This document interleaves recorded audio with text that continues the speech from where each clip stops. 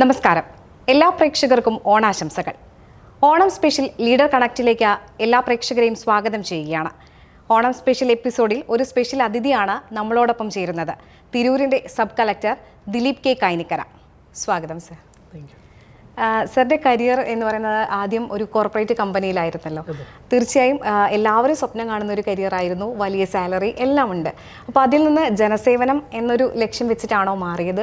ആ ഒരു തീരുമാനം IAS വരുമ്പോൾ അവിടുന്ന് അത്രയും വലിയ സാലറി എല്ലാം ഒഴിവാക്കി വരുമ്പോൾ അതൊരു വലിയ എല്ലാവരെയും അത്ഭുതപ്പെടുത്തിയ ഒരു കാര്യമായിരുന്നോ, എതിർപ്പുകൾ ഉണ്ടായിരുന്നോ എന്നുള്ളതാണ്. എതിർപ്പുകൾ ഇങ്ങനെയൊരു ആഗ്രഹം എനിക്ക് ചെറുപ്പം മുതലേ ഉള്ളതാണ്. സിവിൽ സർവീസിലേക്ക് വരണം, IAS ആവണം. സോ പിന്നെ ഞാൻ കോളേജിൽ പഠിച്ച് ക്യാമ്പസ് പ്ലേസ്മെൻ്റ് ആയിട്ടാണ് എനിക്ക് സാംസങ്ങിൽ ജോലി കിട്ടണത്. അപ്പം കൊറിയയിലായിരുന്നു ഞാൻ. കൊറിയയിൽ സാംസങ്ങിൻ്റെ ഹെഡ് ക്വാർട്ടേഴ്സിലായിരുന്നു. അപ്പം അങ്ങനെ പ്ലേസ്മെൻ്റ് കിട്ടിയപ്പോൾ അതൊന്ന് ട്രൈ ചെയ്യാമെന്നുള്ള രീതിയിൽ കൊറിയയിൽ പോയതാണ്. 2.5 ഇയേഴ്സോളം അവിടെ വർക്ക് ചെയ്തിട്ടുണ്ട്. പക്ഷെ അപ്പോഴും ഈ ഒരു ഡ്രീം അങ്ങനെ കിടക്കുന്നത് കൊണ്ട് പിന്നെ എൻ്റെ ഫ്രണ്ട്സ് നമ്മൾ ഒരുമിച്ച് പ്രിപ്പയർ ചെയ്ത് അല്ലെങ്കിൽ സീനിയറായിട്ട് പഠിച്ച ഫ്രണ്ട്സൊക്കെ പലരും സർവീസിൽ വരികയും അപ്പോൾ അവരുടെ ഒരു കരിയറിലെ ആ ഒരു ഫസ്റ്റ് സ്റ്റേജൊക്കെ നേരിട്ട് കാണുകയും ചെയ്തപ്പോൾ ആ ഒരു ഫീൽഡാണ് എനിക്കും വ്യക്തിപരമായിട്ട് കുറച്ചുകൂടെ സാറ്റിസ്ഫൈങ് ആവുക. കുറച്ചുകൂടി പബ്ലിക് ഫേസിംഗ് ആയിട്ടുള്ള ഡയറക്റ്റ് ഫീൽഡിൽ വർക്ക് ചെയ്യണ ഒരു കരിയറായിരിക്കും സർവീസ് എന്നുള്ള രീതിയിൽ. പിന്നെ തിരിച്ചു വന്ന് തിരുവനന്തപുരത്തൊരു 2 വർഷത്തോളം അതിൻ്റെ 2-3 വർഷത്തോളം അതിൻ്റെ പ്രിപ്പറേഷൻ കാര്യങ്ങളൊക്കെ ആയിട്ട് അങ്ങനെ ഒരു കരിയർ ട്രാൻസിഷനിലേക്ക് വന്നതാണ്. അപ്പോൾ വീട്ടുകാരൊക്കെ സപ്പോർട്ട് തന്നെയായിരുന്നു. അപ്പോൾ പാരൻസിനൊക്കെ അറിയാമായിരുന്നു ചെറുപ്പം മുതലേ നമുക്കുള്ളൊരാഗ്രഹമാണ്. അപ്പം അത് ട്രൈ ചെയ്യുന്നവർക്ക് വലിയ അത്ഭുതമൊന്നും ഇല്ലായിരുന്നു. പിന്നെ ഇൻ ജനറൽ ഇങ്ങനെ ഈ പറഞ്ഞ പോലെ ഒരു സെക്യൂർ ആയിട്ടുള്ള ഒരു ജോലി ഉപേക്ഷിച്ച് ഇതിലേക്ക് വരുന്നതിനെ കുറിച്ചുള്ള ചോദ്യങ്ങളൊക്കെ ഉണ്ടായിരുന്നു. അപ്പം കുറേയൊക്കെ നമ്മളിങ്ങനെ മൈൻഡ് ചെയ്യാതെ ആദ്യ തവണ ട്രൈ ചെയ്തിട്ട് കിട്ടിയിട്ടുണ്ടായിരുന്നില്ലല്ലോ. ഇല്ല, എൻ്റെ മൂന്നാമത്തെ അറ്റംപ്റ്റിലാണ് എനിക്ക് IAS കിട്ടണത്. അതിൽ ആദ്യ തവണ ഇങ്ങനെ കിട്ടാതായപ്പോൾ ഒരു നിരാശയൊക്കെ തോന്നിയിരുന്നു, അതോ കിട്ടുന്നുള്ളൊരു ആത്മവിശ്വാസം ഉണ്ടായിരുന്നു എന്നുള്ളതാണ്? കിട്ടുന്ന എന്ന് വെച്ചാൽ ആദ്യത്തെ അറ്റംപ്റ്റിൽ തന്നെ കുറച്ച് പാളിച്ചകളുണ്ടായിരുന്നു. നമ്മൾ തിരിച്ചു വന്ന് ഇപ്പോൾ കോളേജ് കഴിഞ്ഞ് ഒരു 2-2.5 വർഷത്തോളം കഴിഞ്ഞാണ് വീണ്ടും അക്കാഡമിക്സിലേക്ക് തിരിച്ചു വരുന്നത്. അതിൻ്റേതായ കുറച്ച് പാളിച്ചകളൊക്കെ ആ അറ്റംപ്റ്റിലുണ്ടായിരുന്നു. പക്ഷേ രണ്ടാമത്തെ അറ്റംപ്റ്റിലും IAS കിട്ടാതിരുന്നു. അപ്പോൾ ആ വർഷം എനിക്ക് ഫോറസ്റ്റ് സർവീസ് കിട്ടിയിരുന്നു. പക്ഷെ അപ്പോഴും IAS കിട്ടാതിരുന്നപ്പോൾ സ്വാഭാവികമായിട്ടൊരു നിരാശയും ഇനി എക്സാം എഴുതിയാലും ആ ഒരു ലെവലിലേക്ക് ഒരു ടോപ്പ് 100ലേക്ക് എത്താൻ പറ്റുമോ എന്നുള്ളൊരു ആശങ്കയൊക്കെ ഉണ്ടായിരുന്നു. പിന്നെ കുറച്ച് സെൽഫ് അനലൈസ് ചെയ്ത് കുറച്ച് മുന്നോട്ട് പോകുന്നു. അതെ.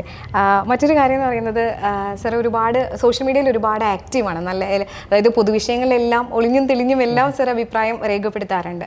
പൊതുവേ ഈ IAS അല്ലെങ്കിൽ ഈ ഒരു സിവിൽ സർവൻ്റ് ആയിരിക്കുമ്പോൾ ഇത്തരം അഭിപ്രായങ്ങൾ രേഖപ്പെടുത്തുന്നതിനോട് ഒരു റെസ്ട്രിക്ഷൻസ് ഒക്കെ ഉണ്ടാവാറില്ലേ? അപ്പോൾ അതിനെയൊക്കെ എങ്ങനെയാണ് തരണം ചെയ്ത് സോഷ്യൽ മീഡിയയിൽ ആക്റ്റീവ് ആവുന്നത് എന്നുള്ളത്? അല്ല, റെസ്ട്രിക്ഷൻസ് തീർച്ചയായിട്ടും ഉണ്ട്. നമ്മൾ IAS-ലാകുമ്പോൾ all India service conduct rules ഉണ്ടാകും, അത് നമ്മൾ ഫോളോ ചെയ്യണം. പക്ഷേ കണ്ടക്ട് റൂൾസ് അങ്ങനെ ഓവർലി റെസ്ട്രിക്റ്റീവ് അല്ല. നമുക്ക് അടിസ്ഥാനപരമായിട്ട് ഏതൊരു ഇന്ത്യൻ പൗരനുള്ള ഒരു അഭിപ്രായ സ്വാതന്ത്ര്യം തീർച്ചയായിട്ടും ആർട്ടിക്കിൾ 19 നമുക്കും ബാധകമാണ്. പക്ഷെ അങ്ങനെ ആകുമ്പോഴും ഈ പറഞ്ഞ പോലെ ഗവൺമെൻറ് പോളിസി അല്ലെങ്കിൽ ഗവൺമെൻറ് തീരുമാനങ്ങളൊന്നും ഒരു പരിധി വിട്ട് വിമർശിക്കരുത് എന്നുള്ള തീർച്ചയായിട്ടും അങ്ങനെ ഒരു നമ്മുടെ അച്ചടക്കത്തിൻ്റെ പെരുമാറ്റച്ചട്ടങ്ങളുടെ ഭാഗമാണ്. അപ്പോൾ അതിനുള്ളിൽ നിന്നുകൊണ്ട് തീർച്ചയായിട്ടും നമ്മുടെ അഭിപ്രായം രേഖപ്പെടുത്താനുള്ളൊരു സ്വാതന്ത്ര്യവും ഭരണഘടനയും ചട്ടങ്ങളും നമുക്ക് തരുന്നുണ്ട് എന്നുള്ളതാണ് ഞാൻ കാണുന്നത്. സോ അതിനുള്ളിൽ നിന്ന് മുന്നോട്ട് പോകാൻ ശ്രമിക്കുന്നുണ്ട്.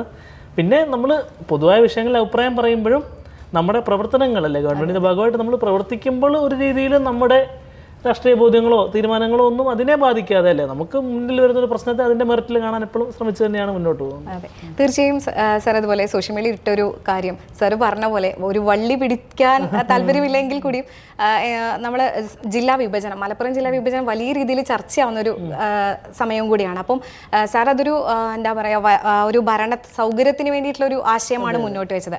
പക്ഷെ അത് പൊതുവെ വിലയിരുത്തപ്പെട്ടതും വിമർശകർ പറഞ്ഞിട്ടുള്ളത് ഒരു രാഷ്ട്രീയ അജണ്ടകളെ സപ്പോർട്ട് ചെയ്യുന്ന രീതിയിൽ അങ്ങ് ആ അഭിപ്രായം രേഖപ്പെടുത്തി എന്നുള്ളതാണ്.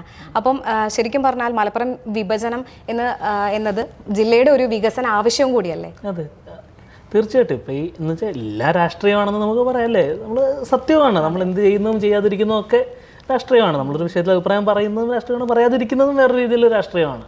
സോ അങ്ങനെ തീർച്ചയായിട്ടും ജില്ലാ വിഭജനം എന്ന് പറയുന്ന ഒരു രാഷ്ട്രീയ വിഷയമാണ്. പക്ഷേ അതിനപ്പുറം നമ്മൾ നോക്കിയാലല്ലേ നമ്മൾ സിവിൽ സർവീസിലേക്ക് വരുന്നത് എന്തിനാണ്? അത്യന്തികമായിട്ട് ജനങ്ങളുടെ പ്രശ്നങ്ങൾ കണ്ടെത്തി അത് പരിഹരിക്കുക എന്നുള്ളതാണ് നമ്മുടെ ഒരു വലിയ ഗോള്.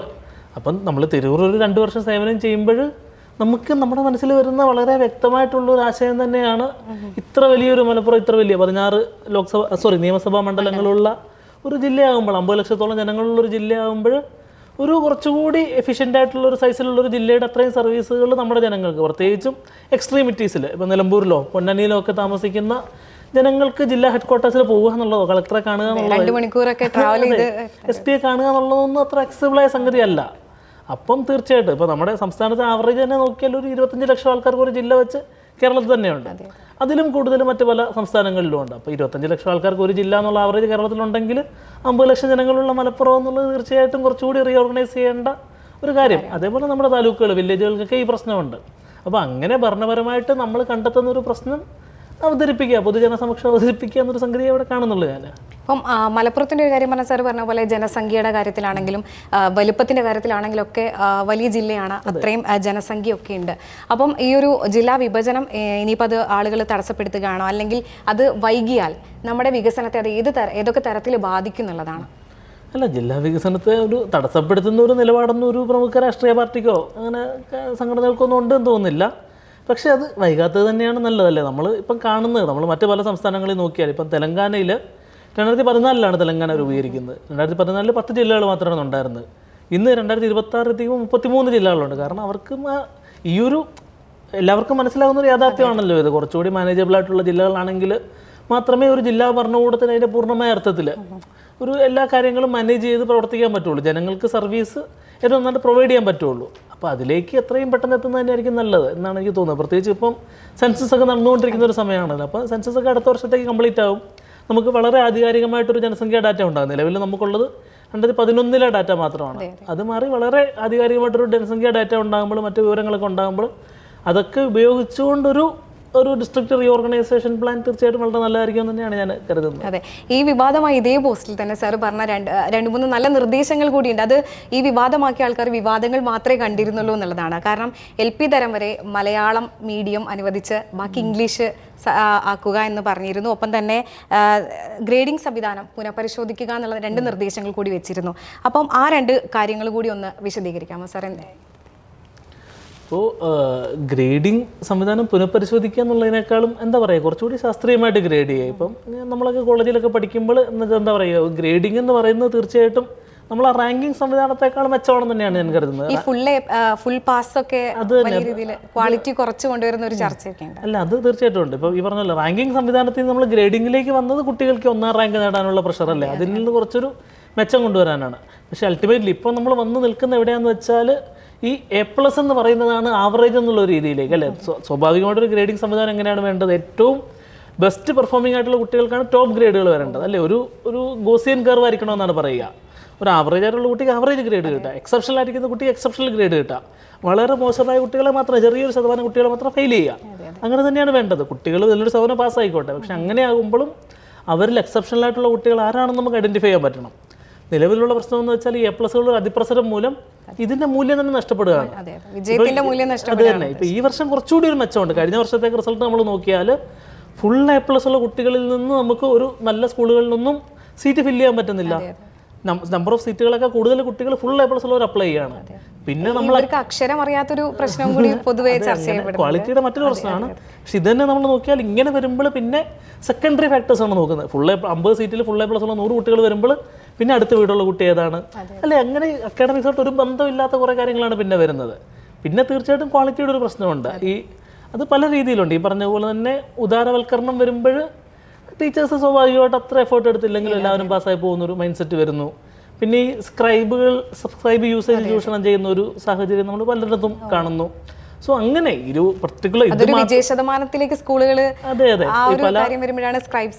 എന്ന് വെച്ചാൽ ഈ പറഞ്ഞ പോലെ സ്കൂളുകൾക്കും ഒരു അൺഹെൽത്തി കോമ്പറ്റീഷനാണ് വരുന്നത്. എന്ന് വെച്ചാൽ 100% എത്തിച്ചാൽ മാത്രമേ, പ്രത്യേകിച്ച് ഇപ്പം ഈ ഡെമോഗ്രഫിക് ചേഞ്ചുകൾ വരുന്ന കുട്ടികളുടെ എണ്ണമൊക്കെ കുറഞ്ഞു വരുമ്പോൾ നല്ല റിസൾട്ടുള്ള സ്കൂളുകൾ സ്വാഭാവികമായിട്ടും പാരൻസ് നോക്കും. പക്ഷെ ആ റിസൾട്ട് ജെന്യുവൻ റിസൾട്ട് ആവണമല്ലോ. അങ്ങനെ അല്ലാതെ തങ്ങൾക്ക് പഠിപ്പിക്കാൻ കഴിയാത്ത കുട്ടികൾക്ക് കൊടുക്കാനുള്ളൊരു സംവിധാനമല്ല സ്ക്രൈബ് എന്നുള്ളത്. അത് ശാരീരികമായിട്ട് അല്ലെങ്കിൽ മാനസികമായിട്ട് ബുദ്ധിമുട്ടുള്ള കുട്ടികൾക്ക്, ശാസ്ത്രീയമായിട്ട് ഭിന്നശേഷിയുള്ള കുട്ടികൾക്കും അങ്ങനെ IED ആയിട്ടുള്ള കുട്ടികൾക്കും വേണ്ടിയുള്ളൊരു സംവിധാനമാണ്. പക്ഷെ അവിടെ ഇന്ന് സൈക്കോളജിക്കൽ അനാലിസിസ്, IQ ടെസ്റ്റ് ഒക്കെ അട്ടിമറിച്ച് പല രീതിയിൽ എന്താ പറയുക, തങ്ങൾക്ക് പഠിപ്പിക്കാൻ സാധിക്കുന്നില്ല. അവരുടെ പരാജയം മറച്ചു വെക്കാൻ വേണ്ടിയുള്ള സംഗതിയായിട്ട് സ്ക്രൈബ് സംവിധാനം. തീർച്ചയായും ഈ ഒരു ഗ്രേഡിംഗ് സിസ്റ്റം ഒക്കെ വന്നതിന് ശേഷമാണ് കുട്ടികൾക്ക് പ്രതിരോധിക്കാൻ, അതായത് ഒന്നിനെയും ഒരു തോൽവി അല്ലെങ്കിൽ എന്തെങ്കിലും ഒരു ചെറിയ കാര്യത്തിന് പോലെ സൂയിസൈഡുകളൊക്കെ കൂടുന്ന ഒരു സാഹചര്യം കൂടിയുണ്ടല്ലോ. ശരിക്കും നമ്മളുടെ ഈ ഒരു എഡ്യൂക്കേഷൻ സിസ്റ്റം തന്നെ എഴുതപ്പെടേണ്ട സമയം കഴിഞ്ഞിട്ടില്ലേ എന്ന് തോന്നിയിട്ടില്ലേ സാറിന്? കാരണം ഒരു ചൈനയിലൊക്കെ പറഞ്ഞ സംസ്കാരം, ഒരാളോട് ബിഹേവിയർ ചെയ്യുന്നത് പോലും അവരവിടെ പഠിപ്പിച്ചു കൊടുക്കുകയാണ് സ്കൂളുകളിൽ നിന്ന് പോലും. അപ്പം നമ്മളെ മക്കൾ ഒരുപാട് മാറിപ്പോകുന്നതായിട്ട് തോന്നിയിട്ടുണ്ടോ? അല്ല അത് ഇപ്പൊ കുറച്ചുകൂടി ഈ അടുത്ത് തന്നെ 8ാം ക്ലാസ്സിൽ പഠിക്കുന്ന ഒരു കുട്ടിയാണ് പ്രായമായ ഒരാളെ കൊല്ലാനുള്ള ഒരു കൊട്ടേഷൻ കൊടുത്തതെന്നുള്ളൊരു ന്യൂസ് എല്ലാം കേൾക്കുമ്പോൾ. അല്ല അതിലിപ്പം പല കാരണങ്ങളുണ്ട്. ഒന്ന് തീർച്ചയായിട്ടും ഈ പറഞ്ഞ പോലെ തന്നെ സ്കൂൾ സംവിധാനത്തിൻ്റെ പോരായ്മകളുണ്ട്. അതിലുപരി ഇപ്പം നമ്മുടെ കുട്ടികൾക്കൊരു അൺഫിൽറ്റേർഡ് എക്സ്പോഷറാണ് പലപ്പോഴും നമ്മുടെ കുട്ടികൾ മാധ്യമങ്ങളുമായിട്ട് ഒരു ഇൻട്രാക്ഷൻ. പണ്ടങ്ങനെ ആയിരുന്നില്ല. പണ്ട് സ്വാഭാവികമായിട്ടും അല്ലേ ഒരു മുഖ്യധാര ടെലിവിഷൻ ചാനലുകൾ അല്ലെങ്കിൽ അതൊക്കെ സ്ട്രീം ചെയ്യുന്ന കണ്ടന്റിനൊരു ഫാമിലി ഫ്രണ്ട്ലി നേച്ചർ ഉണ്ടായിരുന്നു. പക്ഷേ ഇപ്പം അങ്ങനെയല്ല. ഇപ്പം ചെറിയ കുട്ടികൾ പോലും ഫുഡ് കഴിക്കണമെങ്കിൽ നമ്മൾ ഇൻസ്റ്റാഗ്രാമിൽ റീലാണ് വെച്ച് കൊടുക്കുന്നത്. ഇൻസ്റ്റാഗ്രാമോ മറ്റു പ്ലാറ്റ്ഫോം ടിക്ടോക്ക് ഒക്കെ ആയിക്കോട്ടെ. അപ്പം ഈ അൺഫിൽറ്റേർഡ് കാർട്ടൂണിൽ പോലും ഈ പറഞ്ഞ പോലെ കുട്ടികളുടെ ഐബോൾസ് മാക്സിമം ക്യാപ്ചർ ചെയ്യുന്ന കണ്ടന്റ്സ്, ആ വയലൻസിന്റെ ഒക്കെ വലിയ അതിപ്രസരം ആധുനിക സിനിമകളിൽ ഫാമിലി ഫ്രണ്ട്ലി എന്ന് പറയുന്ന സിനിമകളിൽ പോലും ഇപ്പോൾ ഈ തുടരും പോലെയുള്ള സിനിമകളിൽ പോലും വലിയ വയലൻസിന്റെ അതിപ്രസരം. അപ്പം അതൊക്കെ കാണുന്ന കുട്ടികൾ സ്വാഭാവികമായിട്ടും കുട്ടികൾക്കുള്ള ഒരു നാച്ചുറൽ ടെൻഡൻസിയാണ് ഇമിറ്റേറ്റ് ചെയ്യുക എന്നുള്ളത്. അവർ കാണുന്നതിനെയും അല്ലെ അവർ ചുറ്റും കാണുന്ന ലോകത്തെ ഇമിറ്റേറ്റ് ചെയ്താണ് കുട്ടികൾ സമൂഹമായിട്ട് ഇന്ററാക്ട് ചെയ്ത് പഠിക്കുന്നത്. അപ്പോൾ ആ ഒരു ഇന്ററാക്ഷൻ കുട്ടികൾക്ക് നമ്മൾ കുറച്ചുകൂടി ചൈൽഡ് ഫ്രണ്ട്ലി ആയിട്ടുള്ള എൻവയോൺമെന്റ് തയ്യാറാക്കി കൊടുക്കാൻ സമൂഹം, സ്കൂൾ മാത്രം വിചാരിച്ചിട്ട് കാര്യമില്ല, സമൂഹം മൊത്തത്തിൽ ശ്രമിക്കണം. തീർച്ചയായും വീട്ടിൽ നിന്ന് ഉൾപ്പെടെ തുടങ്ങണം. അതെ, വീട്ടിൽ ഇപ്പൊ എന്താ പറയുക, ഒരു ചൈൽഡ് കെയർ എന്നുള്ള സംഭവം പാരന്റ്സിന് അറിയില്ല എന്നുള്ളത്. എന്ന് വെച്ചാൽ പണ്ടും അറിയില്ല ഇപ്പോഴും അറിയില്ല. പക്ഷെ പണ്ട് ഈ പറഞ്ഞ പോലെ ഇത്രയധികം എക്സ്പോഷർ ഇല്ല കുട്ടികൾക്ക് ഇത്തരം കണ്ടന്റിലേക്ക്. പക്ഷെ ഇപ്പോൾ ഇങ്ങനെ അൺഫിൽറ്റേർഡ് എക്സ്പോഷർ വരുന്നു, കുട്ടികളത് പരിശ്രമിക്കുന്നു, അത് പിന്നെ അത് ഇമിറ്റേറ്റ് ചെയ്യാൻ ശ്രമിക്കുന്നു. സോ അങ്ങനത്തെ പല പ്രശ്നങ്ങളും നമ്മുടെ സ്കൂളുകളിലുണ്ട്. പിന്നെ ഈ ചെറിയ ഫാമിലീസ് ആകുമ്പോൾ സ്വാഭാവികമായിട്ടും അല്ലേ ഒരു 1 ചൈൽഡ് ഫാമിലി 2 ചൈൽഡ് ഫാമിലി ഒക്കെ നമ്മുടെ ഡെമോഗ്രാഫിക് ചേഞ്ചിൻ്റെ ഭാഗമായിട്ട് വരുന്നതാണ്. അപ്പം ഈ പറയുന്ന പോലെ തന്നെ കുട്ടികൾ സ്പോയിൽഡ് ആകാനുള്ള സാധ്യതകളും കൂടി വരുന്നു. അപ്പോൾ ഈ പറഞ്ഞ ചെറിയ പ്രഷർ പോലും ഫേസ് ചെയ്യാതെ നേരത്തെ പറഞ്ഞ പോലെ തന്നെ തീരെ ചെറിയ അവരുടെ ചെറിയ ചെറിയ ആഗ്രഹങ്ങൾ ഒരിക്കലും ഡിസപ്പോയിൻമെൻറ്റ് അറിയാതെ വളർന്നു വരുന്ന കുട്ടികളാകുമ്പോൾ ഈ പറയുന്ന പോലെ റിയൽ വേൾഡിലേക്ക് വരുമ്പോൾ ഡിസപ്പോയിൻമെന്റ് നാച്ചുറലാണ്. സോ അതിനുള്ളൊരു ട്രെയിനിങ് തീർച്ചയായിട്ടും ഈ പറഞ്ഞ പോലെ നമ്മൾ കരിക്കുലത്തിന്റെ ഭാഗമായിട്ട് ചെറിയ ക്ലാസ്സുകളിൽ തന്നെ ഇൻഗ്രെയിൻ ചെയ്ത് കൊടുക്കേണ്ടതാണ്. തീർച്ചയായും അത് മാറട്ടെ എന്ന് തന്നെ നമുക്ക് ആഗ്രഹിക്കാം സർ. ഇപ്പൊ നമ്മൾ വലിയൊരു പ്രതിസന്ധിയിലൂടെയാണ് കടന്നു പോകുന്നത്. കാരണം ലഹരി എന്ന് പറയുന്നത് സമൂഹത്തിൽ ചെറുപ്പക്കാരാവട്ടെ, കുട്ടികളാകട്ടെ, മുതിർന്നവരാകട്ടെ പിടിക്കുന്നത് പല പ്രായത്തിലുള്ള ആളുകളാണ്. അതൊക്കെ കാണുമ്പോൾ നമുക്ക് ഭയങ്കര ഫ്രസ്ട്രേഷൻ തോന്നാറുണ്ട്. എന്താണ് ഈ സമൂഹം ഇങ്ങനെ എന്നുള്ളത്. അതിനൊക്കെ ഒരു കാരണമാകുന്നത് എന്താണെന്ന് സർ? ഇല്ല, അതും ഈ പറഞ്ഞ പോലെ പണ്ട് മുതലുള്ള ടെൻഡൻസികളാണ്. ഇപ്പം ഞാനൊക്കെ സ്കൂളിൽ പഠിക്കുമ്പോഴും നമ്മളെല്ലാം 8ാം ക്ലാസ് 9ാം ക്ലാസ് ഒക്കെ ആകുമ്പോൾ നമ്മൾ റിബലാകുന്നതിൻ്റെ ഭാഗമായിട്ട് നമ്മൾ അടുത്ത കടയിൽ നിന്ന് സിഗരറ്റ് വാങ്ങണം അല്ലേ, അങ്ങനെ അല്ലെങ്കിൽ ബിയർ കുടിക്കാൻ ശ്രമിക്കണം. പക്ഷെ ഇപ്പോൾ എന്ന് വെച്ചാൽ ആ സപ്ലൈയുടെ രീതിയാണ് മാറിയിട്ടുള്ളത്. പണ്ട് ഈ പറയുന്നത് നമുക്ക് ഒരു പരിധി വിട്ട് ഈ പറഞ്ഞ MDMA എന്താന്ന് പോലും നമ്മൾ സ്കൂളിൽ പഠിക്കുമ്പോൾ അറിയില്ല.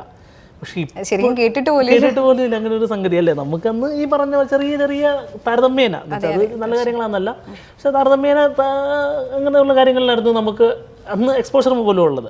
പക്ഷെ ഇന്ന് അങ്ങനെയല്ല. ഇന്ന് തീർച്ചയായിട്ടും രാസലഹരി വലിയ രീതിയിൽ നിർഭാഗ്യവശാല് നമ്മുടെ മാർക്കറ്റിൽ, കേരളത്തിൽ മാത്രമല്ല ഇന്ത്യയിൽ അങ്ങോളം ഇങ്ങോളം അതിന്റെ ഒരു പുഷ് വരുന്നുണ്ട്. ഇത് ഉപയോഗിക്കുന്നവരെ മാത്രമല്ല സമൂഹത്തിനാകെ ഇത് ബാധിക്കുന്നുണ്ട്. അപ്പം അവര് ഒരു മാഫിയ എന്നുള്ള രീതിയിൽ തന്നെ അവർ കുട്ടികളെ ടാർഗറ്റ് ചെയ്യുന്നുണ്ട്. കുട്ടികൾ ഇന്നത്തെ കുട്ടികൾ അന്നത്തെ കുട്ടികളെ പോലെ തന്നെ ഇങ്ങനെ ഒരു സംഗതി അല്ലേ, അവർക്ക് ഒരു കൗതുകവും റിബലാകാനുള്ള ആഗ്രഹവും ഒരു പിയർ പ്രഷറും ഒക്കെ അവരെ ഇതിലേക്ക് ഡ്രൈവ് ചെയ്യുന്നുണ്ട്. അപ്പോൾ സമൂഹമാണ് കൂടുതൽ ഡേഞ്ചറസ് ആയിട്ട് മാറിയത്, കുട്ടികളല്ല. അന്ന് നമുക്കുണ്ടായിരുന്ന ഡ്രൈവ് തന്നെയാണ് ഇന്നത്തെ കുട്ടികൾക്കുള്ളത്.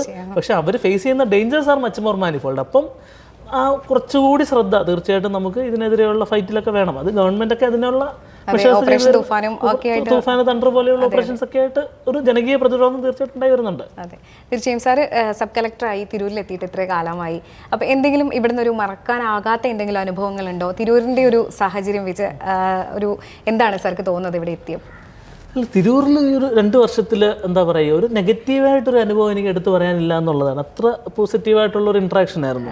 തീർച്ചയായും മലപ്പുറം എന്ന് പറയുമ്പോൾ പുറത്ത് ജില്ലക്കാർക്കും അങ്ങനെ ഒരു വ്യാജമായ ഒരു ചിത്രീകരണമൊക്കെ ഉണ്ടല്ലോ. തീർച്ചയായും ഒരു അജണ്ട പ്രൊപ്പഗൻഡയൊക്കെ തീർച്ചയായിട്ടും ഉണ്ട്. പക്ഷേ മലപ്പുറത്ത് വന്ന് ജീവിക്കുന്ന വ്യക്തികൾക്ക് എന്തായാലും അങ്ങനെ ഒരു തോന്നലുണ്ടെന്ന് എനിക്ക് തോന്നില്ല. ഇപ്പം ഞാൻ പറഞ്ഞല്ലോ, ഇപ്പം ഞാൻ വന്ന് 2 വർഷം എന്ന് പറയുന്നത് പല പ്രതിസന്ധികളുള്ളൊരു കാലഘട്ടമായിരുന്നു. ഇപ്പോൾ നമ്മൾ SIR നടത്തുന്നു, അതിനെ ചുറ്റിപ്പറ്റി വലിയ പ്രൊപ്പഗൻഡ പല രീതിയിലുണ്ടായിരുന്ന ഇലക്ഷനുകൾ, പഞ്ചായത്ത് ഇലക്ഷനും നിയമസഭാ ഇലക്ഷനും വരുന്നു. അതുമായിട്ട് ചുറ്റിപ്പറ്റി വലിയ പൊളിറ്റിക്കലി ചാർജ് ആയിരുന്ന അറ്റ്മോസ്ഫിയർ വരുന്നു. പക്ഷെ അങ്ങനെ ആകുമ്പം പോലും അല്ല, നമ്മൾ ഈ ജില്ലയിൽ പ്രത്യേകിച്ചും ഞാൻ നേരത്തെ പറഞ്ഞ പോലെ തന്നെ 16 നിയമസഭാ മണ്ഡലങ്ങളാണ് നമുക്കുള്ളത്. പഞ്ചായത്തുകൾ 95 ഗ്രാമപഞ്ചായത്തുകൾ 12 മുനിസിപ്പാലിറ്റികളാണുള്ളത്. സോ അങ്ങനെ നമ്മുടെ പോലീസ് സംവിധാനങ്ങൾക്കൊന്നും നിയന്ത്രിക്കാൻ കഴിയുന്നതിനപ്പുറം ജനങ്ങൾ സ്വന്തം രീതിയിൽ അല്ലേ ഒരു വളരെ സിസ്റ്റമാറ്റിക് ആയിട്ട് നമ്മളോട് പൂർണ്ണമായിട്ട് സഹകരിച്ച് മാതൃകാ പെരുമാറ്റച്ചട്ടമൊക്കെ അതിൻ്റെ പൂർണ്ണമായ അർത്ഥത്തിൽ അതിനോട് ചേർന്ന് നിന്ന് മുന്നോട്ട് പോയതുകൊണ്ടാണ് നമുക്ക് ഈ പറഞ്ഞ സംഗതികളൊക്കെ ഒരു ചെറിയ പെറ്റിക്കേസ് പോലും ഇല്ലാതെ നമ്മൾ നിയമസഭ തീരദേശ മേഖലകളൊക്കെ എപ്പോഴും പ്രശ്നങ്ങളൊക്കെ ഉണ്ടാവുന്ന ഒരു മേഖല കൂടിയാണ്. നമ്മൾ ഈ പറഞ്ഞ ഇലക്ഷന് മുമ്പ് നമ്മൾ അനലൈസ് ചെയ്യുമ്പോഴും ഒരു 5-10 വർഷം മുമ്പ് നോക്കിയാൽ ശരിയാണ്. തീരദേശ മേഖലകളിലൊക്കെ വലിയ പ്രശ്നങ്ങൾ ഇലക്ഷനുമായിട്ട് ബന്ധപ്പെട്ട് രാഷ്ട്രീയ സംഘർഷങ്ങൾ സാമുദായിക രീതിയിലേക്ക് പോകുന്ന കാര്യങ്ങളൊക്കെ നമ്മൾ കാണുകയുണ്ടായി. പക്ഷേ ഇപ്പം എന്താ പറയുക, നമ്മൾ പോലും പ്രതീക്ഷയിനപ്പുറം വളരെ സമാധാനപരമായിട്ടും സൗഹാർദ്ദപരമായിട്ടുമാണ് ഇത്തവണ ഇലക്ഷൻ കഴിയുമ്പോൾ നമ്മൾ പൊതുവെ കാണുന്ന ഒരു പ്രശ്നങ്ങൾ പോലും വളരെ ചെറിയ പോക്കറ്റ്സിൽ മാത്രമേ ഉണ്ടായിരുന്നുള്ളൂ. കുറച്ചുകൂടി ജനങ്ങൾ വലിയ രീതിയിൽ ഒരു മാറ്റം വന്നിട്ടുണ്ട് സമൂഹത്തിൽ, തീരദേശത്തിൽ. അതെ അതെ, ഒരു ഈ പറഞ്ഞ പോലെ തന്നെ എന്താണ് പറയുക, ആളുകൾക്ക് കുറച്ചുകൂടി ഒരു പക്വത കേരളത്തിൽ അങ്ങോളം ഇങ്ങോളം തീർച്ചയായിട്ടും വന്നിട്ടുണ്ട്. തീർച്ചയായും. ഒപ്പം തന്നെ സാർ ഇപ്പോൾ പറഞ്ഞ SIR ഒരു കാര്യം പറഞ്ഞല്ലോ, അത് വലിയൊരു വെല്ലുവിളിയായിരുന്നില്ല? ഇത്രയും ആളുകളെ ഒരുപാട് അതിനെതിരെയും കുറേ പ്രചാരണങ്ങൾ ഉണ്ടായിരുന്നു, തെറ്റിദ്ധാരണകൾ ഉണ്ടായിരുന്നു. അപ്പോൾ ആ SIR പൂർത്തിയാക്കുന്ന സമയത്തൊക്കെ ഒരു എങ്ങനെയാണ് നമ്മുടെ തിരൂരിലും ഒക്കെ ജില്ലയിൽ മാത്രമല്ല ജില്ലയിൽ മുഴുവനായിട്ട് ഈ ഒരു നടപടികളൊക്കെ എങ്ങനെയാണ് മുന്നോട്ട് കൊണ്ടുപോകാൻ? SIR നമുക്ക് എന്താ പറയുക, ജനങ്ങളുടെ വലിയ സഹകരണം ഉണ്ടായിരുന്നതുകൊണ്ട് മാത്രമാണ് നമുക്ക് പൂർത്തിയാക്കാൻ സാധിച്ചത്. അപ്പോൾ ആ സമയത്ത് നമുക്കറിയാം, ഒരു ചെറിയ കാലയളവ് മാത്രം നമുക്ക് തന്നിട്ട് മുഴുവൻ ജനങ്ങളെയും, സാധാരണ നമ്മൾ അല്ലേ വോട്ടർ പട്ടികയിൽ ആൾക്കാരെ ഇൻക്ലൂഡ് ചെയ്യുന്നു എക്സ്ക്ലൂഡ് ചെയ്യുന്നു, പക്ഷേ ഇതങ്ങനെയല്ല, മുഴുവൻ വോട്ടർ പട്ടികയും നമ്മൾ വെരിഫൈ ചെയ്യണമെന്നുള്ള ഒരു രീതിയിലേക്കാണ് വന്നത്. നമ്മുടെ സർക്കാർ സംവിധാനങ്ങൾ വളരെ തിൻലി സ്ട്രെച്ചഡ് ആയിരുന്നു, പക്ഷേ സമൂഹം വലിയ രീതിയിൽ അവെയറായിട്ട് നമ്മളോട് കൂടെ നിന്നു. എന്ന് വെച്ചാൽ അതിലൊരു നെഗറ്റീവ് സൈഡും ഉണ്ടായിരുന്നു, വലിയ രീതിയിലുള്ള ഈ പറഞ്ഞ നിങ്ങളെല്ലാവരും എല്ലാവരെയും വോട്ടവകാശം നഷ്ടപ്പെടാൻ പോകുന്നു എന്നുള്ള ഒരു പൗരത്വം പോകുന്നു എന്നൊക്കെയുള്ള പേടിപ്പെടുന്ന പ്രൊപ്പഗണ്ട നടത്തുന്ന ഒരു ചില രീതികളും ഉണ്ടായിരുന്നു, അതില്ലാന്ന് പറയുന്നില്ല. പക്ഷെ അങ്ങനെയാകുമ്പോഴും വളരെ പോസിറ്റീവായിട്ട് രാഷ്ട്രീയ സംഘടനകൾ, സമുദായ സംഘടനകളൊക്കെ നമ്മളോട് വളരെ ചേർന്ന് നിൽക്കുന്ന സപ്പോർട്ടീവായിരുന്നു. ഇപ്പം BLOമാർക്കൊക്കെ തീർച്ചയായിട്ടും ആ ഒരു വലിയ പ്രഷർ ഉണ്ടായപ്പോഴും ഒരു പോസിറ്റീവ് അനുഭവങ്ങളാണ് ജനങ്ങളിൽ നിന്ന് അവർക്ക് വലിയ രീതിയിൽ ഉണ്ടായിരുന്നത്. അതൊക്കെ കഴിഞ്ഞപ്പോൾ ഒരു സമാധാനം നമ്മൾ കരുതിയതിലും നല്ല രീതിയിൽ നമുക്ക് പൂർത്തിയാക്കാൻ സാധിച്ചു. മലപ്പുറത്തൊക്കെ ഒരാളുടെ പോലും അനർഹമായിട്ട് വോട്ട് നഷ്ടപ്പെടാതെ അവസാനം നമ്മൾ കണക്കുകൾ നോക്കുമ്പോൾ മലപ്പുറം ജില്ലയിൽ വോട്ട് കൂടുകയാണ് ചെയ്തത്. SIR കഴിഞ്ഞപ്പോൾ വോട്ടേഴ്സിൻ്റെ എണ്ണം കൂടുകയാണ് ചെയ്തത്. ആ രീതിയിൽ ഏറ്റവും മനോഹരമായിട്ട് തന്നെ കേരളത്തിലെ ഏറ്റവും നല്ല രീതിയിൽ തന്നെ മലപ്പുറത്ത് പൂർത്തിയാക്കാൻ സാധിക്കുമെന്നാണ് കാണുന്നത്. അപ്പം തന്നെ സാർ, ഈ രാഷ്ട്രീയ സമ്മർദ്ദങ്ങളും ഭരണപരമായ കാര്യങ്ങളും തമ്മിൽ സംഘർഷം ഉണ്ടാകുന്ന സാഹചര്യങ്ങൾ ഉണ്ടാവുമല്ലോ, ആ സമയത്തൊക്കെ ഏത് തരത്തിലാണ് നമുക്ക് ആ തീരുമാനങ്ങളിൽ എത്താൻ സാധിക്കുക? അല്ല, അങ്ങനെ ഒരു ഓപ്പൺ എന്ന് വെച്ചാൽ സംഘർഷങ്ങൾ ഉണ്ടായിട്ടുണ്ട് കേരളത്തിൽ, പല കാലഘട്ടങ്ങളിൽ ഉണ്ടായിട്ടുണ്ട്. പക്ഷേ ഇപ്പം ഞാൻ എൻ്റെ വ്യക്തിപരമായിട്ട് പറഞ്ഞ അങ്ങനെ ഒരു എന്താ പറയുക, ഒരു രാഷ്ട്രീയപരമായ ഒരു വലിയ എതിർപ്പൊന്നും എനിക്ക് നേരിടേണ്ടി വന്നിട്ടില്ല. തീർച്ചയായിട്ടും രാഷ്ട്രീയ പ്രവർത്തകർ, ഫീൽഡിൽ പ്രവർത്തിക്കുന്ന ആൾക്കാരെന്നുള്ള നിലയിൽ പല താല്പര്യം ഞാൻ നെഗറ്റീവായിട്ട് പറയുന്നില്ല, പല ആൾക്കാരുടെ ഇൻട്രസ്റ്റുകൾക്ക് വേണ്ടി, ഹ്യൂമൻ ഇൻട്രസ്റ്റുകൾക്ക് വേണ്ടി വിളിക്കും. അത് നമുക്ക് ചെയ്തു കൊടുക്കാൻ പറ്റുന്ന കാര്യങ്ങളാണെങ്കിൽ നമ്മൾ ചെയ്തു കൊടുക്കും. കാരണം നമുക്ക് ഫീൽഡുമായിട്ട് അത്ര കണക്ട് ഇല്ല. അത് ആൾക്കാർക്കിടയിൽ പ്രവർത്തിക്കുന്നവർക്ക് തീർച്ചയായിട്ടും ആൾക്കാരുടെ ആവശ്യങ്ങൾ കൂടുതൽ അറിയാൻ പറ്റും. പക്ഷെ അങ്ങനെയാകുമ്പോഴും അത് ഈ പറഞ്ഞ നിയമങ്ങൾക്കും ചട്ടങ്ങൾക്കും പുറത്തു പോകുന്ന ഒരു ആവശ്യമാണെങ്കിൽ അത് പറ്റില്ല എന്ന് പറഞ്ഞാൽ അതിനോട് വളരെ പോസിറ്റീവായിട്ട് പ്രതികരിക്കുന്ന ഒരു രാഷ്ട്രീയ നേതൃത്വത്തെയാണ് ഞാൻ കണ്ടിട്ടുള്ളത്. എല്ലായിടത്തും അങ്ങനെ ആവണമെന്നില്ല, അല്ലാന്നാണ് ഞാൻ കരുതുന്നത്. പക്ഷെ മലപ്പുറത്ത് അറ്റ്ലീസ്റ്റ് ഞാൻ ഇടപഴകുന്നത് ഇപ്പം നമ്മുടെ പ്രദേശത്തെ MLAമാർ, പഞ്ചായത്ത്, മുനിസിപ്പൽ ജനപ്രതിനിധികൾ, വിവിധ തലങ്ങളിലെ തദ്ദേശ സ്ഥാപനങ്ങളിലെ പ്രതിനിധികൾ, അവരൊക്കെയും പിന്നെ വിവിധ പാർട്ടികളുടെ നേതൃത്വം, പല തലങ്ങളിലുള്ള നേതൃത്വം, അവരൊക്കെയും ഈ പറഞ്ഞ പോലെ പല ആവശ്യങ്ങൾക്കും വിളിക്കുകയും പല രീതിയിലുള്ള താല്പര്യങ്ങൾക്ക് വേണ്ടി നമ്മളെ സമീപിക്കുകയൊക്കെ ചെയ്യുമ്പോഴും അല്ലേ നമ്മളത് വളരെ പോസിറ്റീവായിട്ടാണ് കണ്ടിട്ടുള്ളത്. ഞാൻ നേരത്തെ പറഞ്ഞ SIR നടത്താൻ, ഇലക്ഷൻ നടത്താൻ, വിവിധ അദാലത്തുകൾ, നമ്മൾ തരംമാറ്റ അദാലത്ത് ഉൾപ്പെടെ നടത്താനൊക്കെ അവരുടെ വലിയ സഹകരണവും നമുക്ക് ഉണ്ടായിട്ടുണ്ട്. ലോ ആൻഡ് ഓർഡർ സിറ്റുവേഷൻസ് വരുമ്പോൾ, പിന്നെ ഈ പറഞ്ഞ പോലെ ഡിസാസ്റ്റർ സിറ്റുവേഷൻസ്, ഇപ്പോൾ ഈ അടുത്ത് നമ്മുടെ ഈ കുറച്ച് ദിവസം മുമ്പ് നമുക്ക് ഒരു ക്ലൗഡ് ബസ്റ്റ് പോലെയുള്ള പ്രശ്നം ഉണ്ടായപ്പോഴും ഈ പറഞ്ഞ പോലെ നമ്മളൊരു ക്യാമ്പ് നടത്തുമ്പോൾ റവന്യൂ ഡിപ്പാർട്ട്മെൻറ്റാണ് അതിൻ്റെ നേതൃത്വം നൽകുന്നതെങ്കിലും ഇവിടെ വലിയ സഹകരണം, ഏത് പഞ്ചായത്തിൽ പോയാലും അവിടുത്തെ പഞ്ചായത്ത് പ്രസിഡന്റ് മെമ്പർമാരുൾപ്പെടെ, മാത്രമല്ല അവിടുത്തെ മറ്റ് പ്രതിപക്ഷ ഭേദമൊന്നും ഇല്ലാതെ എല്ലാ രാഷ്ട്രീയ കക്ഷികളും ഒരുമിച്ച് സഹകരിക്കുന്ന ഒരു കാഴ്ച തന്നെയാണ് നമ്മൾ കണ്ടിട്ടുള്ളത്. നമ്മൾ കേരളത്തിലാകെ കണ്ട ഒരു കാഴ്ച തന്നെയാണ് നമ്മൾ കാണുന്നത്. സോ അങ്ങനെ ഒരു ഓവർലി പൊളിറ്റിസൈസ്ഡ് ഒരു അറ്റ്മോസ്ഫിയർ അല്ല മലപ്പുറത്തേത്. തീർച്ചയായിട്ടും ഈ പറയുന്ന ഇലക്ഷൻ വരുമ്പോൾ അതിൻ്റെ വീറും വാശിയൊക്കെ ഉണ്ടാകും. പക്ഷെ അതിനപ്പുറം അക്രോസ് ദ ഐൽ വർക്ക് ചെയ്യുന്ന ജനങ്ങളുടെ പ്രശ്നങ്ങൾക്ക് വേണ്ടി എല്ലാ രാഷ്ട്രീയ കക്ഷികൾ ഒരുമിച്ച് പ്രവർത്തിക്കുന്ന ഒരു സാഹചര്യം തന്നെയാണ് നമുക്ക് നിലവിലിവിടെ ഉള്ളത്. ഉദ്യോഗസ്ഥർ ആ രീതിയിൽ തന്നെയാണ് മുന്നോട്ട് പോകുന്നത്. തീർച്ചയായും ഒരുപാട് സാധ്യതകളുള്ള ഒരു പ്രദേശമാണ് തിരൂര്. പക്ഷേ ഗതാഗതക്കുരുക്ക്, ടൗണിൻ്റെ വികസന, റോഡാണെങ്കിലും വീതി കുറവുള്ള പ്രദേശങ്ങളുണ്ട്. ഒപ്പം തന്നെ ടൂറിസം മേഖലയിലും തിരൂരിൻ്റെ ഒരു സാധ്യതകളൊന്നും ഇപ്പോഴും പ്രയോജനപ്പെടുത്തിയിട്ടില്ല എന്നുള്ളതാണ് ഞാൻ മനസ്സിലാക്കുന്നത്. അപ്പോൾ തിരൂരിൻ്റെ ഒരു വികസന സാധ്യതകളെ കുറിച്ച് സാർ എങ്ങനെയാണ് വിലയിരുത്തിയിട്ടുള്ളത്? ഇല്ല, അത് ഈ പറഞ്ഞ പോലെ കഴിഞ്ഞ 2 വർഷം കൊണ്ട് പരിഹരിക്കാൻ പറ്റാത്ത പ്രശ്നങ്ങളിലൊന്നാണ് ഈ ഗതാഗതക്കുരുക്ക് എന്ന് പറയുന്നത്. എന്ന് വെച്ചാൽ അതിന് കുറച്ചുകൂടി ഹോളിസ്റ്റിക് ആയിട്ടുള്ള ഒരു പ്ലാനിങ് വേണ്ടി വരും. സർക്കാർ തലത്തിൽ തന്നെയുള്ള വലിയ ഫണ്ടിങ് ഒക്കെ വരുന്ന, ഇപ്പോൾ നമുക്കറിയാം നാഷണൽ ഹൈവേയുടെ ഭൂമി ഏറ്റെടുക്കാനൊക്കെ വേണ്ടി വന്ന വലിയ ചിലവുകൾ നമുക്കറിയാം. അതേപോലെ നമ്മുടെ ഏത് ടൗൺ നോക്കിയാലും വലിയ രീതിയിലൊരു ലാൻഡ് അക്വിസിഷന്, പിന്നെ ഒരു രാഷ്ട്രീയ നിശ്ചയദാർഢ്യം അല്ലേ. ഇപ്പം ആ രീതിയിലുള്ള പ്രവർത്തനങ്ങൾ കഴിഞ്ഞ 2 വർഷങ്ങളിലും പല പ്രദേശങ്ങളിലും നടന്നിട്ടുണ്ട്. ചെറിയ രീതിയിൽ അത് മെച്ചപ്പെട്ടിട്ടുണ്ട്. ഇപ്പം കോട്ടയ്ക്കലൊക്കെ നമ്മളൊരു ഡ്രൈവൊക്കെ നടത്തി അവിടുത്തെ പല ഗതാഗത സംവിധാനങ്ങൾ മെച്ചപ്പെടുത്താൻ നമുക്ക് സാധിച്ചിട്ടുണ്ട്. പക്ഷേ അങ്ങനെ ആകുമ്പോഴും നമ്മുടെ വലിയ ടൗണുകളിലെല്ലാം തന്നെ, തിരൂറാവട്ടെ, മഞ്ചേരി ആവട്ടെ, നിലമ്പൂരാവട്ടെ, പെരിന്തൽമണ്ണ, അങ്ങാടിപ്പുറമൊക്കെ പറയണ്ട, സോ അവിടെയൊക്കെ ഒരു എന്താ പറയുക, ഒരു വളരെ കോംപ്രിഹെൻസീവായിട്ടൊരു മാസ്റ്റർ പ്ലാൻ തന്നെ വരണം. ബൈപ്പാസുകൾ വരണം, അല്ലെങ്കിൽ ഭൂമി ഇപ്പം വയലത്തൂർ ജംഗ്ഷൻ മെച്ചപ്പെടണമെങ്കിൽ അവിടുത്തെ റോഡിന് വീതി തന്നെ കൂടണം. അപ്പോൾ ആ വലിയ വ്യാപാര സ്ഥാപനങ്ങൾ തിങ്ങി നിറഞ്ഞു നിൽക്കുന്ന ഒരു സ്ഥലത്ത് ആ ഒരു കുറച്ചൊരു അവരുടെ ഒരു പോസിറ്റീവായിട്ട് സമീപനം ഉണ്ടാവണം. അത്രയും ലാൻഡ് അക്വയർ ചെയ്യാൻ, വലിയ വിലയുള്ള ലാൻഡ് ആകുമ്പോൾ അക്വയർ ചെയ്യാനുള്ള ഫണ്ടുകൾ വരണം. അങ്ങനെ ഒരു ലോങ് ടേം പ്ലാനിലൂടെ, ഒരു 4 year 5 year പ്ലാനിലൂടെ നമുക്ക് പരിഹരിക്കാവുന്നതേ ഉള്ളൂ. പക്ഷേ ഈ പറഞ്ഞ പോലെ നമുക്കൊരു സബ് കളക്ടർ എന്നുള്ള നിലയിലോ ജില്ലാ കളക്ടർ എന്നുള്ള നിലയിൽ പോലും പരിഹരിക്കാൻ പറ്റുന്ന സംഗതിയല്ല. കുറച്ചുകൂടി ഒരു സ്റ്റേറ്റ് തലത്തിൽ അല്ലെങ്കിൽ നാഷണൽ തലത്തിലുള്ള കോർഡിനേഷനും ഇംപ്ലിമെൻറ്റേഷനും വേണ്ട ഒരു സംഗതിയാണത്. സാറിനെ കുറിച്ച് ഞാനിങ്ങനെ സോഷ്യൽ മീഡിയയിൽ നോക്കുമ്പോൾ കറക്റ്റായിട്ട് സാറ് സിനിമകൾ കാണുന്നു, അതിനെക്കുറിച്ച് വിശദീകരിക്കുന്നു, പറയുന്നു ഒക്കെ ഉണ്ട്. അപ്പോൾ ഈ ഇത്രയും ഒരു സിവിൽ സർവൻറ്റ് എന്ന നിലയിൽ നോക്കുമ്പോൾ വളരെ തിരക്ക് പിടിച്ച സമയമാണ്. അപ്പോൾ ഇതിനൊക്കെ ഇഷ്ടങ്ങൾ, പുസ്തകം വായിക്കാൻ ഇഷ്ടമാണെന്ന് സാറ് പറഞ്ഞിട്ടുണ്ട്. അപ്പോൾ ഇതിനൊക്കെയുള്ള ഒരു സമയം എങ്ങനെ കണ്ടെത്തുന്നു എന്നുള്ളതാണ്. പഴയപോലെ സമയം കിട്ടുന്നില്ല. ഇപ്പം ഞാൻ പുസ്തകമൊക്കെ വായിക്കുന്ന വളരെ കുറവാണ്. സിനിമ പിന്നെയും കാണാറുണ്ട്. ഈ പറഞ്ഞ നമ്മൾ ഈവനിങ്ങിലൊക്കെ എത്തുമ്പോൾ വീട്ടിലെത്തുമ്പോൾ ഫയലൊക്കെ നോക്കി സമയം കിട്ടും. ഒരു 1-2 ദിവസം കൊണ്ടെങ്കിലും ഒരു സിനിമ കാണാനുള്ള സമയം കിട്ടും. പക്ഷേ പുസ്തകം വായിക്കാൻ നമുക്ക് കുറച്ചുകൂടി ഒരു ഡെഡിക്കേറ്റഡ് ടൈം ബ്ലോക്കുകൾ വേണം പേഴ്സണലി. അങ്ങനെ അല്ലാതെ വായിക്കുന്നവരും ഉണ്ട്, 5 മിനിറ്റ് വെച്ച് പോകുന്നവരും ഉണ്ട്. പക്ഷേ എനിക്കത് പറ്റാറില്ല. അതുകൊണ്ട് തന്നെ വായനയൊക്കെ കുറച്ച് സഫർ ചെയ്യുന്നുണ്ട്. കുറച്ച് പുസ്തകങ്ങൾ മാത്രമേ കഴിഞ്ഞ വർഷങ്ങളിലൊക്കെ വായിക്കാൻ സാധിച്ചിട്ടുള്ളൂ.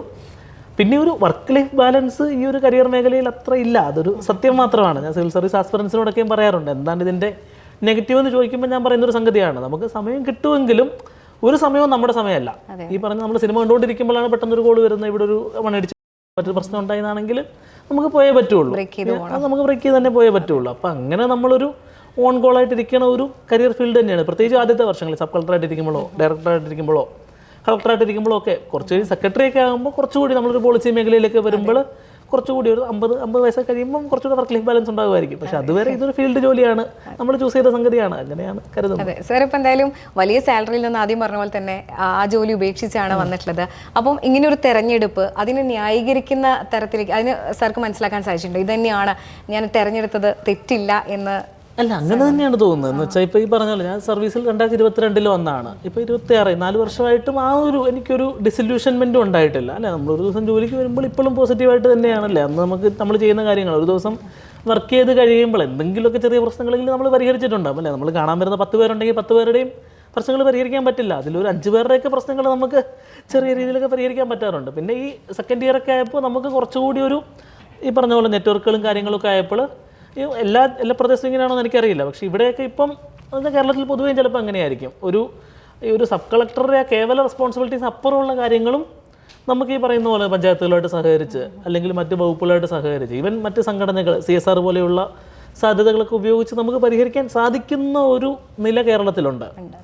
അവിടെ ഈ പറഞ്ഞ വലിയ മറ്റ് പല പ്രദേശങ്ങളിലുള്ള പോലെ സെക്ടേറിയൻ വ്യത്യാസങ്ങളൊന്നും അധികം കേരളത്തിലില്ല. ഒരു പ്രശ്നമുണ്ട്, അത് പരിഹരിക്കണമെന്നൊരു സാഹചര്യം വരുമ്പോൾ പലരും നമ്മളോട് ചേർന്ന് നിൽക്കുന്നു. ഇപ്പം വ്യാപാരി വ്യവസായികളാകട്ടെ, ഈ പറയുന്ന CSR ചെയ്യുന്ന സംഘടനകളാകട്ടെ, തീർച്ചയായിട്ടും രാഷ്ട്രീയ നേതൃത്വമാകട്ടെ, വോളണ്ടിയറിൽ SIR നമ്മൾ കണ്ടതൊരു സംഗതി അതാണ്. കോളേജ് കുട്ടികളൊക്കെ വലിയ രീതിയിൽ നമ്മളോട് സഹകരിക്കുകയുണ്ടായി. സോ അങ്ങനെ ഈ വലുതും ചെറുതുമായ പല പ്രശ്നങ്ങളും ഇങ്ങനെ ഒരു കൊളാബറേഷനിലൂടെയും നമ്മുടെ സംവിധാനങ്ങളിലൂടെയൊക്കെ പരിഹരിക്കാൻ സാധിച്ചു തന്നെയാണ് ഓരോ ദിവസവും മുന്നോട്ട് പോകുന്നത്. ആ ഒരു ജോബ് സാറ്റിസ്ഫാക്ഷൻ എല്ലാ ദിവസവും ഉണ്ട് തന്നെയാണ്. മുൻപൊക്കെ ഈ സർക്കാർ ഓഫീസുകൾ അല്ലെങ്കിൽ ഉദ്യോഗസ്ഥരെ എന്ന് പറയുമ്പോൾ സാധാരണക്കാർക്ക് ഭയങ്കര അകൽച്ച ഫീൽ ചെയ്തിരുന്നു. ഇത് അവർ വലിയ ഉദ്യോഗസ്ഥരാണ്, നമുക്ക് നേരിട്ട് കയറാൻ പറ്റുമോ കാണാൻ പറ്റുമോ എന്നുള്ളൊരു നിലയൊക്കെ ഉണ്ടായിരുന്നു. ഇപ്പം അതിനൊരു മാറ്റം വന്നിട്ടില്ലേ? മാറ്റം തീർച്ചയായിട്ടും വന്നിട്ടുണ്ട്. ഇപ്പം പുതിയ തലമുറയിലെ ക്ലർക്കുമാർക്കൊന്നും ആ ഒരു മൈൻഡ് സെറ്റ് ഒന്നുമില്ല.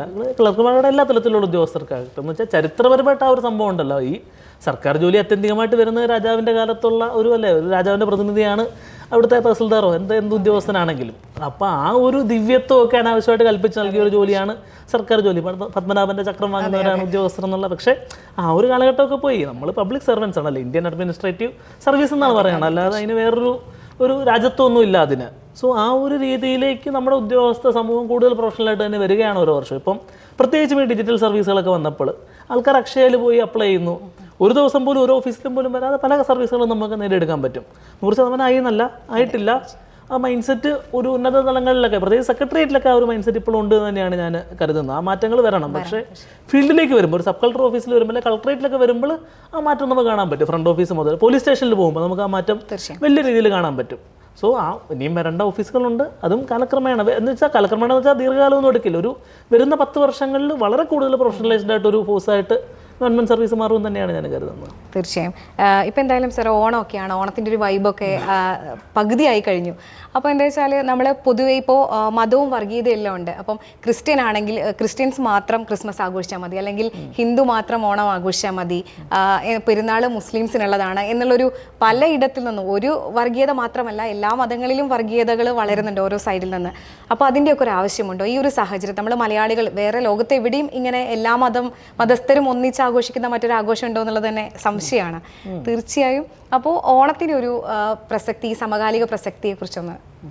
അല്ല, ഓണം മാത്രമല്ല, ഇപ്പം എല്ലാ ആഘോഷങ്ങളും ഇപ്പം നമ്മുടെ നാട്ടിലൊക്കെ അല്ലേ, ഇപ്പം ഓണമാകട്ടെ, ക്രിസ്മസ് ആകട്ടെ, പെരുന്നാളാകട്ടെ, എല്ലാ മനുഷ്യരും ഒരുമിച്ച് ആഘോഷിക്കുന്ന ഒരു സംഗതിയാണ് നമ്മുടെ നാട്ടിൽ. ഇപ്പം ഞാൻ കോട്ടയംകാരനാണ്. തിരൂർ വരുമ്പോഴും അങ്ങനെയൊക്കെ തന്നെയാണ് കാണുന്നത്. തിരൂർ ക്രിസ്മസ് ആഘോഷം, തിരൂർ ക്രിസ്ത്യാനികളുണ്ടോ എന്ന് വെച്ചാൽ വളരെ നാമമാത്രമേ ഉള്ളൂ. പക്ഷേ ക്രിസ്മസ് ആഘോഷം വളരെ വലിയ ഗ്രാൻഡായിട്ട് നടത്തുന്നത് നമ്മൾ കാണുന്നുണ്ട്. സോ പക്ഷേ തീർച്ചയായിട്ടും വർഗീയ ശക്തികൾ പല രീതിയിൽ ഇതിനെ വർഗീയവൽക്കരിക്കാൻ വലിയ ശ്രമങ്ങൾ നടത്തുന്നുണ്ട്. സോ അങ്ങനെ ഈ പൊതുവിടങ്ങളും പൊതു ആഘോഷങ്ങളും ഒക്കെ വർഗീയവൽക്കരിക്കപ്പെടുന്നത് നമ്മൾ തടയുക തന്നെ വേണം. അതിനെതിരെ ഒരു ജനകീയ പ്രതിരോധം തന്നെ ഉണ്ടായി പറഞ്ഞു. ഇപ്പോൾ ഇന്നലെ ഞാൻ കാണുകയുണ്ടായി, കോഴിക്കോട് ബീച്ചിൽ ഇങ്ങനെ ഒരു വർഗീയ സംഘടന പോയിട്ട് ദൈവം ഉണ്ടോ ഇല്ലയോ, അല്ലെ, ഒരു ആവശ്യമില്ല. കോഴിക്കോട് ബീച്ചിൽ റിലാക്സ് ചെയ്യാൻ വന്നിരിക്കുന്ന ആൾക്കാരാണ്, അവിടെ പോയി ഒരു കുത്തിത്തിരിപ്പ് ഉണ്ടാക്കുക. ഇങ്ങനെയുള്ള ഇടപെടലുകൾ തീർച്ചയായിട്ടും ഉണ്ട്. പക്ഷെ അങ്ങനെ ആകുമ്പോൾ ഓണം എന്ന് വെച്ചാൽ ഒരു ഓവറോൾ നോക്കിയാൽ ആ ഒരു സെക്കുലർ ഫാബ്രിക് കേരളത്തിനുണ്ട്. ഓണാഘോഷം നമ്മളെല്ലാ ഓഫീസുകളിലും നടത്തുന്നു. ഹിന്ദുക്കളും ഓണം പ്രത്യേകിച്ചും ഓണം ഒരു ഹിന്ദു ആഘോഷമാണെന്നൊന്നും നമ്മൾ നോക്കിയാൽ ഓണത്തിന്റെ വർഗീയതയുള്ളവർ പറയുമ്പോഴാണ് ഇതൊരു ഹിന്ദു ആഘോഷമാണോ എന്ന് നമ്മൾ ഓണത്തിന്റെ മിത്തോളജി നോക്കിയാൽ അത് ആന്റി ഹിന്ദു ആണ് സത്യം പറഞ്ഞാൽ. ഓണാഘോഷം നടക്കുന്നു. തീർച്ചയായും നമ്മൾ അല്ലേ ഈ ഓണത്തിന്റെ ചരിത്രം നോക്കിയാൽ നമ്മൾ മാവേലിനെയാണ് ആഘോഷിക്കുന്നത്. ശരിക്കും ഈ പറഞ്ഞ മാവേലി മഹാബലി എന്നുള്ള അസുരനായിട്ടാണ് പുരാണങ്ങളിൽ കാണുന്നത്. ഈ മഹാബലിയെ നിഗ്രഹിക്കാനാണ് മഹാവിഷ്ണു 5ാമത്തെ അവതാരം എടുത്ത് വാമനനായിട്ട് വന്നത്. സോ ഇതൊരു ഓൾട്ടർനേറ്റ് ഹിസ്റ്ററിയാണ്. സോ അങ്ങനെ പറയുന്ന ഒരു സബാൾട്ടൺ ഹിസ്റ്ററിയാണ്. സോ അതിനെ ഒന്നും ഒരു ഹിന്ദു ആഘോഷമായിട്ട് കാണേണ്ട ഒരു കാര്യമില്ല. രാജാവ് വരാൻ വേണ്ടി എല്ലാ മാലോകരെല്ലാം കാത്തിരിക്കുന്നു എന്നുള്ളൊരു തീർച്ചയായും. സോ ആ രീതിയിൽ ഒരു മതേതര ആഘോഷം എന്ന് വെച്ചാൽ ഓണം മാത്രമല്ല ഞാൻ പറയുന്നത്, ഈ പറഞ്ഞ പെരുന്നാൾ മതേതര ആഘോഷമൊന്നും അല്ലെങ്കിലും പെരുന്നാൾ എല്ലാവർക്കും ആഘോഷിക്കാവുന്ന സംഗതിയാണ്. ക്രിസ്മസ് മതേതര ആഘോഷമല്ല. പക്ഷേ ഈ പറയുന്ന ആഘോഷങ്ങളിലൊന്നും നമ്മളിങ്ങനെ മതം കാണേണ്ട കാര്യമില്ല. അതിന് പിന്നിലെ കഥകൾക്കോ ഐതിഹ്യങ്ങൾക്കോ ഒക്കെ മതം ഉണ്ടാകും. ഓണത്തിന് ഇവിടുന്ന് കൊടുക്കുന്ന സദ്യക്ക് അവിടുന്ന് പെരുന്നാളിന് ബിരിയാണി ഒരു സംഗതിയൊക്കെ തന്നെയാണ് നമ്മുടെ നാട്ടിൽ നടന്ന് കണ്ടുവരുന്നത്. അങ്ങനെ തന്നെ പോകണമെന്നാണ് എൻ്റെ ആഗ്രഹം വ്യക്തിപരമായിട്ട്. ഈ ഓൺലൈൻ മീഡിയാസിനൊക്കെ ഈ ഒരു വർഗീയത പ്രചരിപ്പിക്കുന്നതിൽ അല്ലെങ്കിൽ അതിൻ്റെ ഒരു അജണ്ടയിൽ അവർക്കും കൂടി ഒരു പങ്കുണ്ടെന്നാണ് കരുതുന്നത്. കാരണം കാവി ഡ്രസ്സ് ഇട്ട് കഴിഞ്ഞാൽ എന്തുകൊണ്ട് കാവി ഇട്ടു, അല്ലെങ്കിൽ ബീഫ് കഴിക്കുമോ എന്നുള്ള കഴിഞ്ഞ ദിവസങ്ങളിലൊക്കെ വന്ന ഈ പറഞ്ഞ പോലെ അനാവശ്യമായ ഒരു ഇടപെടലുകൾ പല സ്ഥലങ്ങളിലും വരുന്നുണ്ട്. ഈ കാവി ഇട്ടവരെല്ലാം വർഗീയ ആൾക്കാരാണ് അല്ലെ, അങ്ങനെ അല്ലെങ്കിൽ ഈ പറഞ്ഞ അല്ലെ ബീഫ് കഴിക്കില്ല എന്ന് പറഞ്ഞു. ബീഫ് കഴിക്കുന്നതും കഴിക്കാതിരിക്കുന്നതും ചോയ്സാണ്. ബീഫ് കഴിക്കില്ല എന്ന് പറയുമ്പോൾ നീ എന്താ ബീഫ് കഴിക്കാതെ അല്ലെ, അങ്ങനെ ഇടപെടലുകൾ വരുമ്പോൾ സമൂഹത്തിൽ അതൊരു ഡിവൈഡ് ഉണ്ടാക്കുകയാണ്. അത് ആൾക്കാർ കുറച്ചുകൂടി സ്വയം നിയന്ത്രിക്കണം. അല്ലേ, നിങ്ങളുടെ ഉള്ളിൽ വർഗീയതയൊക്കെ ഉണ്ടായിക്കോട്ടെ, പക്ഷേ ഈ കേരളം എന്ന് പറയുന്നത് നമുക്ക് സംരക്ഷിച്ചു പോകേണ്ട അല്ലേ. ഈ 3.5 കോടി ജനങ്ങൾ നല്ല രീതിയിൽ മറ്റ് പല സംസ്ഥാനങ്ങളിലും ഇല്ലാത്ത രീതിയിൽ ഒരു ഐക്യത്തിലും സൗഹാർദ്ദത്തിലും കടന്നു പോകുന്നതാണ്. അതിൽ അടങ്കൂലിടാതിരിക്കാനുള്ള ഒരു സാമാന്യ മര്യാദ കാണിക്കണം, നിങ്ങളും കാണിക്കണമെന്നാണ്. തീർച്ചയായും. ഒപ്പം തന്നെ സർ, ഇപ്പം വന്ദേമാതരത്തിൻ്റെ ഒരു വിവാദം ഉണ്ടായിരുന്നല്ലോ. അത് മുഴുവൻ നമ്മൾ സ്കൂളുകളിൽ പഠിക്കുമ്പോഴൊക്കെ വന്ദേമാതരം നമ്മൾ ചൊല്ലാറുണ്ട്. അതിലൊരു വർഗീയതയോ അല്ലെങ്കിൽ അങ്ങനെയൊന്നും നമ്മൾ ആരും ഇതുവരെയും ചിന്തിച്ചിട്ടില്ല. പക്ഷെ അതിൻ്റെയൊക്കെ ഒരു ആവശ്യം, ഇത്ര വലിയ ചർച്ചയുടെ ആവശ്യമുണ്ട്. അത് മുഴുവൻ ചൊല്ലുന്നത് കൊണ്ട് എന്താണ് പ്രശ്നം എന്നുള്ളതൊക്കെ. അല്ല, ഈ വന്ദേമാതരം എന്ന് വെച്ചാൽ എനിക്കൊന്നും വന്ദേമാതരം അറിയില്ല. എൻ്റെ സ്കൂളിലൊന്നും ഈ സംഗതി ഒന്നും ഉണ്ടായിരുന്നില്ല. അറിയില്ല. ഇപ്പൊ ഞങ്ങൾ പക്ഷേ സ്വാതന്ത്ര്യ ദിനത്തിനൊക്കെ വന്ദേമാതരം ചൊല്ലാറുണ്ടായിരുന്നു. ഉണ്ടായിരിക്കാം, അറിയില്ല. ഇപ്പൊ ഞാൻ സ്കൂളിൽ പഠിക്കുമ്പോൾ ഉണ്ടായിരുന്നില്ല. ജനഗണമന തീർച്ചയായിട്ടും നമുക്കറിയാം. വന്ദേമാതരം നമ്മൾ ഈ പറഞ്ഞ ഞാൻ റഹ്മാന്റെ വർഷം മാത്രമാണ് ഞാൻ വളർന്നു വരുമ്പോൾ ഒരു പൊതുബോധത്തിന്റെ ഭാഗമായിട്ട് കേട്ടിട്ടുള്ളത്. അല്ലാതെ ഈ പറഞ്ഞ ക്ലാസിക്കൽ വന്ദേമാതരം ഞാൻ കേട്ടിട്ടില്ല. പക്ഷേ തീർച്ചയായിട്ടും നമ്മൾ ഭരണഘടനാ ചർച്ചകളൊക്കെ നോക്കുമ്പോൾ ഇത് ഭരണഘടനാ സഭയിൽ തന്നെ ഒരു ചർച്ചയായിരുന്നു. അന്ന് ചർച്ച ചെയ്യുമ്പോഴും ഈ പറയുന്ന വന്ദേമാതരം മുഴുവനായിട്ട് പാടുമ്പോൾ അല്ലെ അതിലൊരു വർഗീയ എലമെന്റ് എന്ന് ഞാൻ പറയില്ല, പക്ഷേ ഒരു മതത്തിൻ്റെതായിട്ടുള്ള പ്രാർത്ഥനകളും ദേവീസ്തുതിയൊക്കെ ഉണ്ട് അതിൽ. അപ്പോൾ അത് എന്താ പറയുക, നമ്മളൊരു മതേതര രാജ്യമാകുമ്പോൾ അത് ഒഴിവാക്കുന്നതാണ് അഭികാമ്യം. അതുകൊണ്ട് മോശമാണെന്നല്ല ഞാൻ പറയുന്നത്, ഒഴിവാക്കുന്നതാണ് അഭികാമ്യം എന്നൊരു ചർച്ച നമ്മുടെ ഭരണഘടനാ നിർമ്മാണ സഭയിൽ വന്നതുകൊണ്ടാണ് 2 സ്റ്റാൻസയിൽ ഒതുക്കാമെന്നൊരു അനൗദ്യോഗിക തീരുമാനമാണെന്നാണ് ഞാൻ കരുതുന്നത് വന്നത്. പിന്നെ അതിനെ ദേശീയ ഗാനം എന്നുള്ളത് മാറ്റി ദേശീയ ഗീതമാക്കി മാറ്റുകയാണ്. ദേശീയ ഗാനം ജനഗണമന കുറച്ചുകൂടി മതേതരമായ, ആരെയും വേദനിപ്പിക്കാത്ത നമ്മൾ നേരത്തെ പറഞ്ഞൊരു കോമൺ സെൻസിന്റെ ഭാഗമാണ് ഇതൊക്കെ അല്ലേ. പല മതങ്ങളും ജാതികളും ഒക്കെ ഉള്ളൊരു സമൂഹമാണ് നമ്മുടേത്. അപ്പോൾ ആരെയും അനാവശ്യമായിട്ട് പ്രകോപിപ്പിക്കാതെ പോവുക എന്നുള്ളൊരു രീതിയായിട്ട് ഒരു കൺസെൻസസിന്റെ ഭാഗമായിട്ടാണ് വന്നത്. അപ്പോൾ അതിനെ എന്താ പറയുക, അതിലേക്ക് തിരിച്ചു അനാവശ്യമായൊരു വിവാദത്തിലേക്ക് പോകേണ്ട കാര്യമുണ്ടോ? അല്ലേ, നമ്മൾ ഒരു കൺസെൻസസ് എമർജ് ചെയ്ത് വന്നൊരു കാര്യം വീണ്ടും അതിലേക്ക് തിരിച്ചു പോകേണ്ട കാര്യമുണ്ടോ എന്നാണ് എനിക്ക് ചോദിക്കാനുള്ളതില്ല. തീർച്ചയായും. അപ്പോൾ വലിയ തിരക്കാണെന്നറിയാം, എങ്കിൽ കൂടി നമ്മുടെ ഓണം സ്പെഷ്യൽ എപ്പിസോഡ് ലീഡർ കണക്റ്റിൽ പങ്കെടുത്തതിന് വളരെയധികം നന്ദി സർ. Thank you. ഓണാശംസകൾ അറിയിക്കുകയാണ്. Thank you. ഓണാശംസകൾ. Thank U.